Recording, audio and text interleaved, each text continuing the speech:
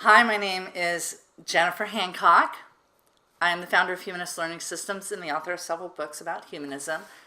And today I want to talk about how to focus your thinking by thinking outside the box.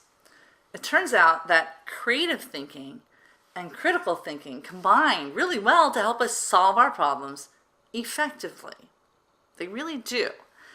So, to me, critical thinking isn't just about focused thinking. It's also about creative thinking. Because in order to solve our problems, sometimes we do need to get creative, but not so creative that we're out in left field.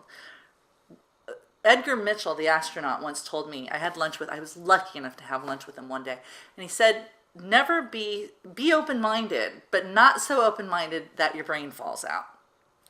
Good advice. And have you ever looked at your brain? It's a big hunk of gushy stuff. It's the tool we use to determine what's moral and what isn't. Thinking isn't easy. It takes practice. It doesn't come naturally to any of us. And we do have to put some effort into it if we're going to do well. So what I want to talk about is a technique I have called the rule of threes. It's how I get myself to both think outside the box and to focus my thinking, having thought out of the box. Now it's time to focus the thinking again so that I can actually do something. And what this rule of three is that I want to think of at least three options. The human brain takes a lot of shortcuts. And one of those shortcuts is dichotomous thinking of two things. It's either sunny or it's raining, right? No, sometimes it's foggy, sometimes it's sunny and raining at the same time, like it happens a lot in Hawaii. There's never just two options. What am I going to have for dinner? Am I going to eat in or am I going to take out? Or, third option, am I going to have something delivered? There's always three options. And the cool thing about this is it's a way to help yourself brainstorm outside of a brainstorming group. Once you can think of at least three options, you can think of 4, 5, 6, 7, 8, 9, 10. It's really great to help you think out of the box. The problem is, once you've thought out of the box, you then need to narrow your focus and choose one. And that's very hard to do. If you're juggling 14 different options, you're probably never going to make a decision. And this is where the rule of three comes in again. If you have a whole bunch of options, narrow it down to the three you think are going to give you the best chance of success, and then investigate those and make a choice off of those three. The rule of three both expands your thinking and helps you focus your thinking at the same time, which makes it a totally, fully useful tool. Let's talk more about the brainstorming and thinking outside the box as it relates to critical thinking and problem solving.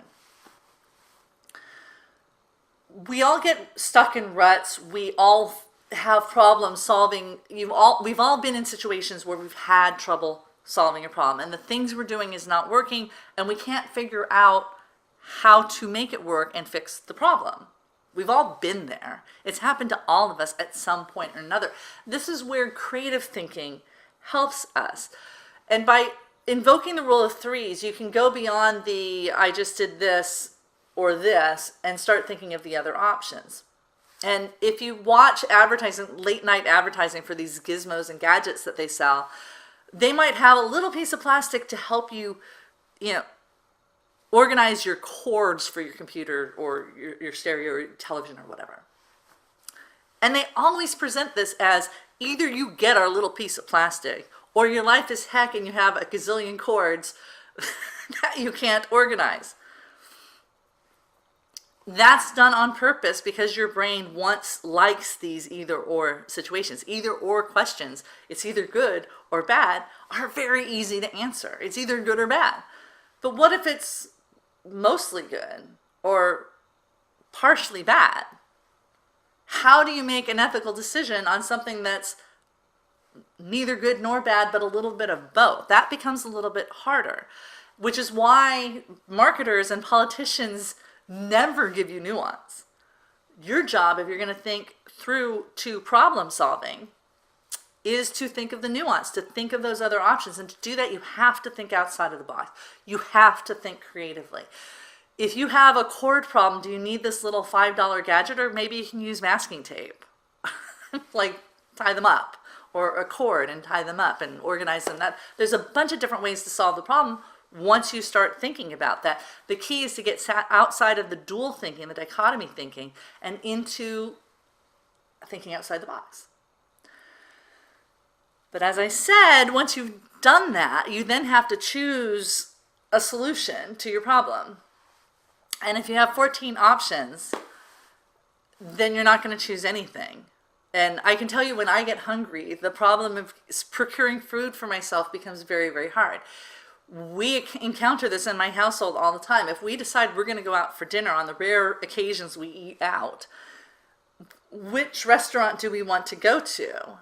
And that even has choices. Do we want fish? Do we want hamburgers? Do we want German food? Do we want sushi? Do we want Italian food? There's 5 options right there, and I haven't even gotten to the Mexican or the Chinese or the Vietnamese or anything.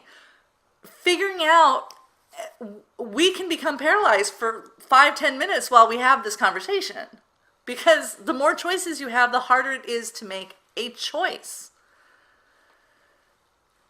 And that's why, and the reason we don't get too paralyzed is because we narrow our focus. We use all of these different discussions to narrow our focus. What do we really want? And narrow it down to 3 of the 15 options we might be considering. And then out of that, we make a decision. Do we want fish, Italian, or Mexican? Fish? Okay.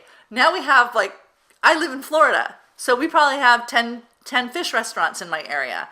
Let's narrow it down to 2 or 3 and then make a choice out of that.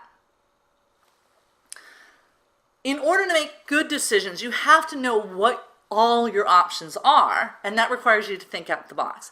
But once you've thought out of the box, you then need to focus your thinking to make a decision. And you can do that using the rule of 3s in both directions, both to expand and to contract as needed with your thinking. This is what flexible thinking is about, and it'll help you solve your problems more effectively. I have several courses and books where I teach this technique. I have my Planning for Personal Success course. I have my reality-based decision-making for effective strategy development. And I also talk about this in my book, The Humanist Approach to Happiness. You can find links to all of those at my website, humanistlearning.com. See you there.